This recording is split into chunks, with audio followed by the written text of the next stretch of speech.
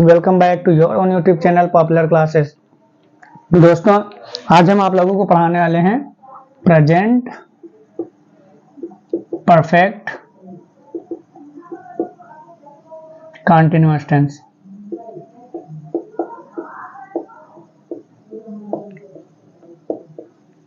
आज हम आप लोगों को क्या पढ़ाने वाले हैं?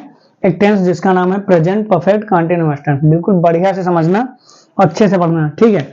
देखो, बात यहाँ हो रही है प्रेजेंट की। कौन सा है? प्रेजेंट। टाइम कौन सा है? प्रेजेंट, ठीक है। टेंस कौन सा है? परफेक्ट और कंटीन्यूअस, यानी डबल टेंस दिख रहे हैं आप, परफेक्ट भी और कंटीन्यूअस। तो परफेक्ट का रूल क्या कहता है कि यहाँ पर जब परफेक्ट टेंस बनाते हैं तो वहां पर हैज या फिर हैव का यूज होता है एज अ हेल्पिंग वर्ब, ठीक है, हैज या हैव। अब एक रूल आपको याद रखना है कि अगर टेंस हम पढ़ रहे हैं तो हैज और हैव के बाद अगर ये हेल्पिंग वर्ब है तो इसके बाद हमेशा मेन वर्ब की जो भी फॉर्म आएगी वो थर्ड फॉर्म में लिखी जाएगी। यानी इसके अंदर डबल टेंस का कॉम्बिनेशन है, एक परफेक्ट हो गया और एक कंटीन्यूअस, यानी एक प्रेजेंट परफेक्ट के हैं और एक प्रेजेंट कंटीन्यूअस। दो टेंस है ना, तो इसमें करना क्या है, एक तो हैज और हैव हमारा हेल्पिंग वर्ब हो गया, पहले परफेक्ट है ना, हैज हैव हेल्पिंग वर्ब, इसके बाद जो आता है वो वर्ब की थर्ड फॉर्म, ठीक है। और अगर कंटीन्यूअस की बात करें तो कंटीन्यूअस वर्ब की फोर्थ फॉर्म होती है, वर्ब की फोर्थ फॉर्म। तो यानी यहां पर हमको लगाना हैज हैव के साथ थर्ड फॉर्म लगाना है और उसके बाद हमें फोर्थ फॉर्म लगाना है, तो ये तो पॉसिबल है नहीं। तो जब ऐसी सिचुएशन होगी तो ये जो थर्ड फॉर्म है ना, ये मेन वर्ब की थर्ड फॉर्म नहीं लगाना है, ये बी की थर्ड फॉर्म लगाना है। और बी की थर्ड फॉर्म होती है बीन। क्या होती है? बीन। तो अब हैज हैव के साथ वर्ब की थर्ड फॉर्म भी हो गया और उसके बाद कंटीन्यूअस है तो वर्ब की फोर्थ फॉर्म भी हो गया, ठीक है। तो यहां पर जो पूरा हमारा बनेगा वो हैज हैव प्लस बीन और उसके बाद जो मेन वर्ब होगी उसकी थर्ड फॉर्म लगेगी। तो अब हम क्या कह सकते हैं कि इस टेंस की हेल्पिंग वर्ब हैज हैव होगा, जो बीन होगा ये हमारा सपोर्टिंग वर्ब होगा। क्या होगा? Supporting verb. और जो हमारा ये होगा मेन वर्ब वो फोर्थ फॉर्म होगा। एक बात आपको याद रखना है, इससे पहले भी वीडियो में बताया गया है कि हमारा देखो स्ट्रक्चर क्या होता है, subject plus verb plus other word. ऐसे देखो, सब्जेक्ट के बाद वर्ब आ सकता है प्लस अदर वर्ड, सब्जेक्ट के बाद दो वर्ब आ सकते हैं फिर अदर वर्ड, सब्जेक्ट के बाद तीन वर्ब आ सकते हैं फिर अदर वर्ड, एक सब्जेक्ट के बाद चार वर्ब आ सकते हैं और फिर अदर वर्ड, ठीक है। यानी एक सब्जेक्ट के बाद एक वर्ब आ सकता है, एक सब्जेक्ट के बाद दो शब्दों में वर्ब आ सकता है, सब्जेक्ट के बाद तीन शब्दों में आ सकता है, सब्जेक्ट के बाद चार शब्दों में वर्ब आ सकता है। लेकिन आपको याद रखना, अगर एक में आया है तो ये मेन वर्ब होगा और कोई वर्ब हो नहीं सकता। अगर एक शब्द में वर्ब है तो वो मेन वर्ब होगी और ये टेंस हमेशा इंडेफिनिट माना जाएगा। क्या माना जाएगा?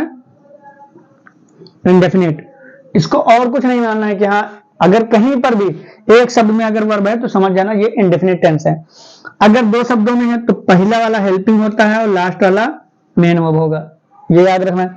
अगर तीन शब्द में है तो पहला हेल्पिंग, लास्ट वाला मेन वर्ब और बीच वाला जो होता है उसको बोलेंगे सपोर्टिंग वर्ब। चार शब्दों में है तो पहला हेल्पिंग, लास्ट वाला मेन और बीच वाला सपोर्ट ही कर रहे हैं इसलिए इसको क्या बोला जाएगा?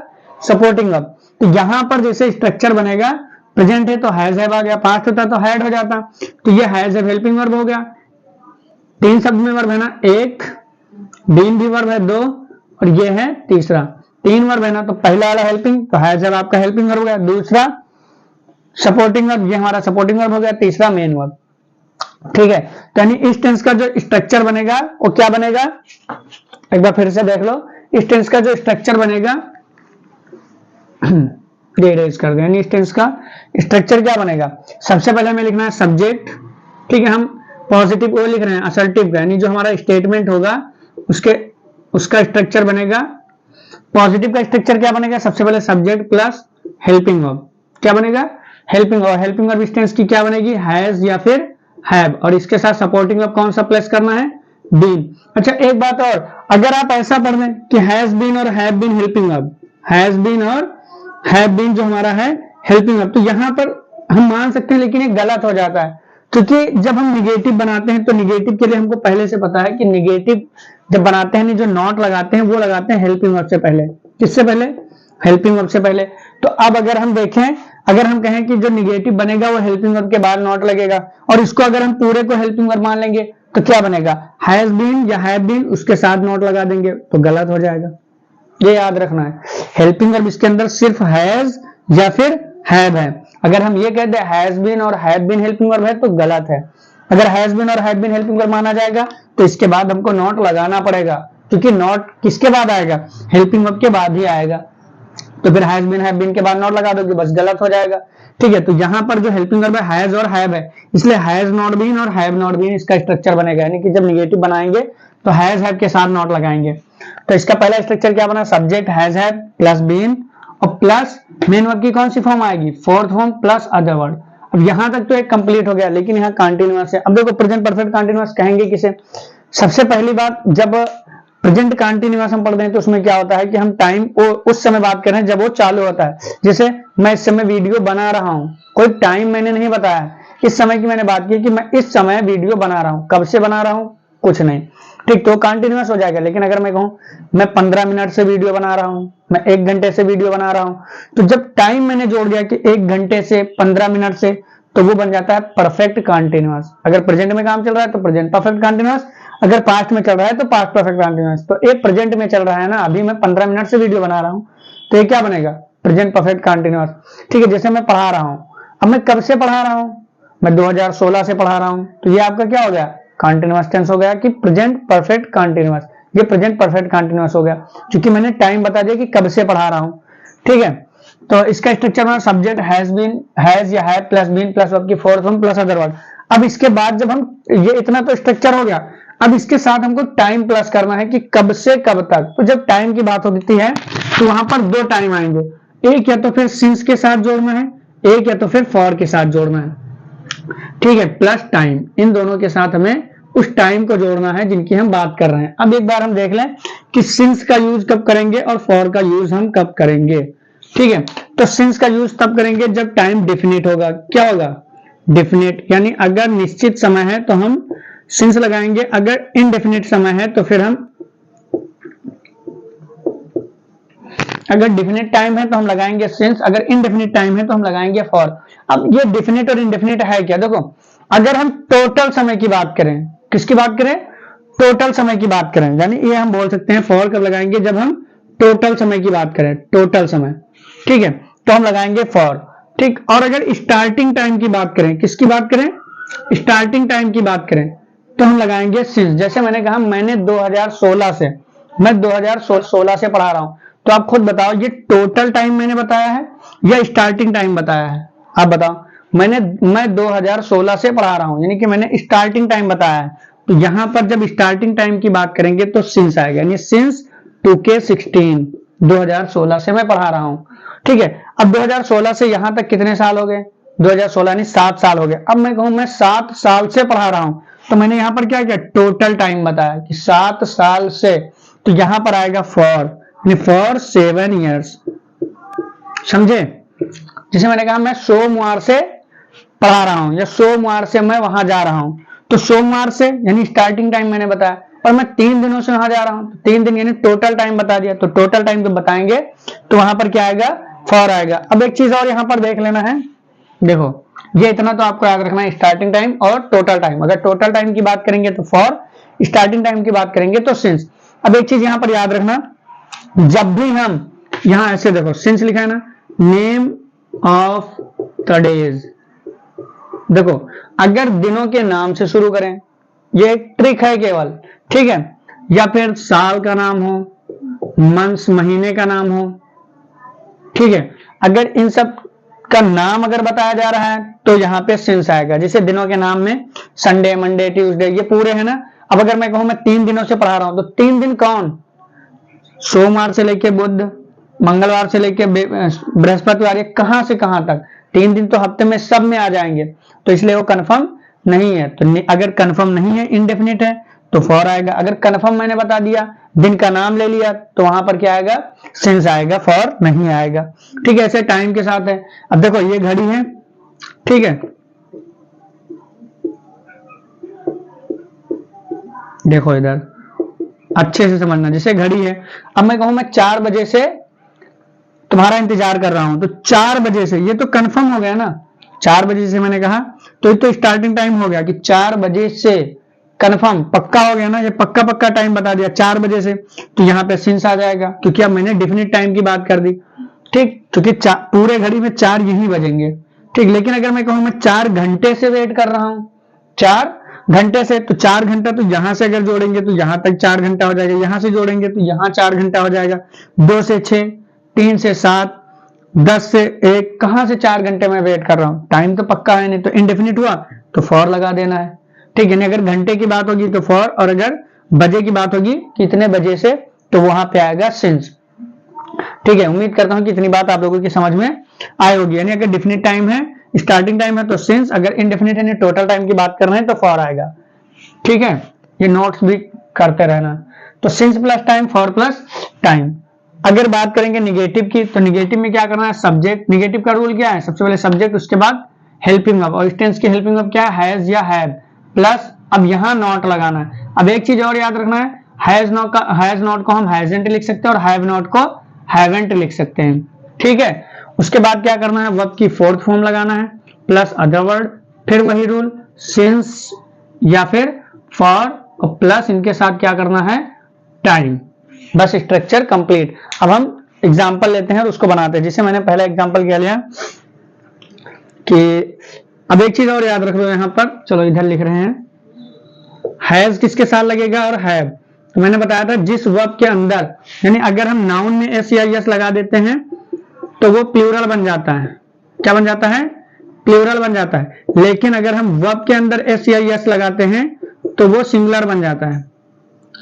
तो ठीक है, और ये भी स्ट्रक्चर था कि अगर सब्जेक्ट हमारा सिंगुलर है तो आने वाला जो वर्ब होगा वो भी क्या होगा, सिंगुलर ही होगा। ठीक है, लेकिन अगर सब्जेक्ट हमारा प्लूरल है तो आने वाला जो वर्ब होगा वो भी प्लूरल होगा।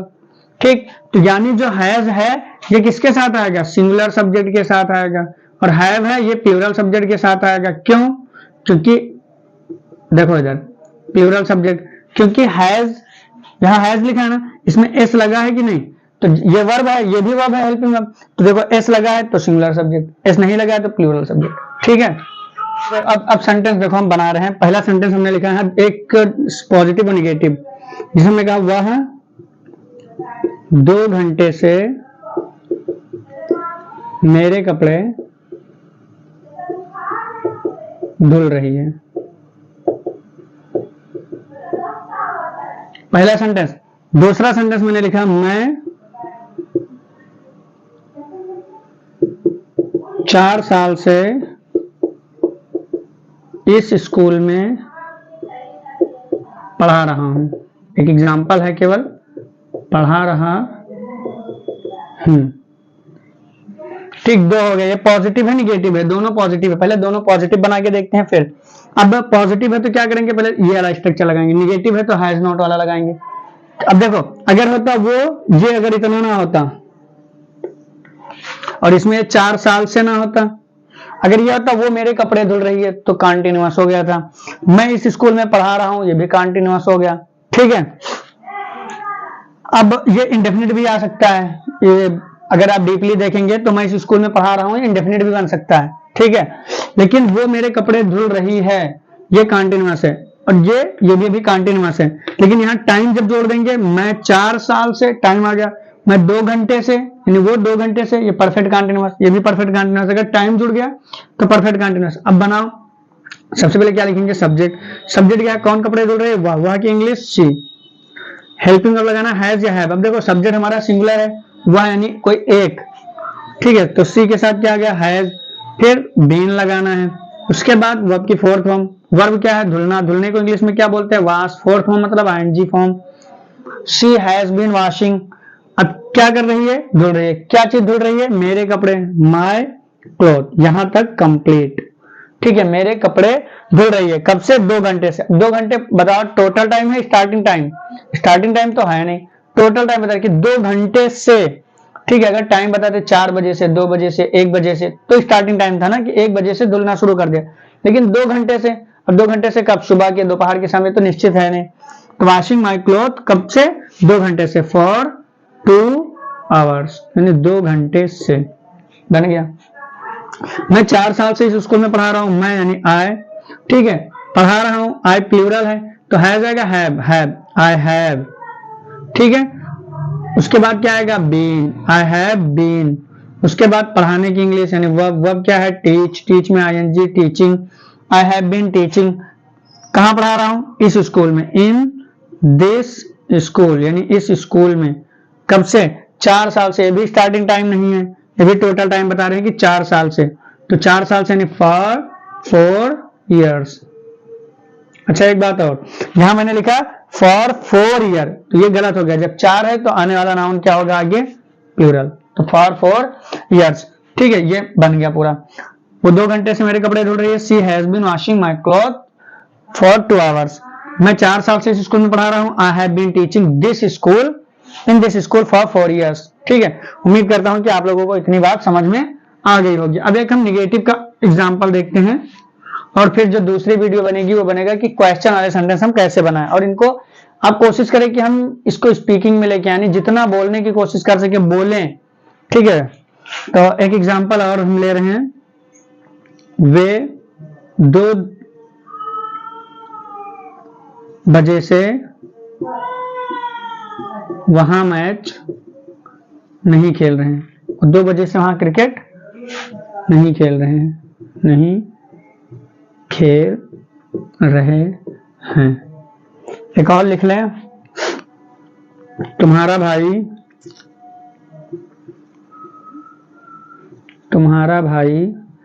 2020 से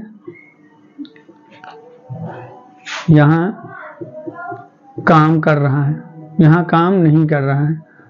निगेटिव बनाना है ना, तो अब बनाओ, देखो अब निगेटिव है तो करना कुछ नहीं है, बिल्कुल सेम स्ट्रक्चर, बस हेल्पिंग वर्ब के बाद नॉट लगा देना है।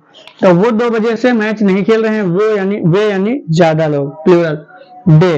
ठीक है, दे प्लूरल है, तो हैज नॉट की हैव नॉट, हैव नॉट को हम कॉन्ट्रैक्ट फॉर्म में क्या लिखते हैं, हैवेंट, दे हैवेंट। उसके बाद क्या लगाना है, इनके बाद, यहाँ गलत हो गया स्ट्रक्चर, इनके बाद क्या लगेगा, बीन, तो दे हैवेंट बीन।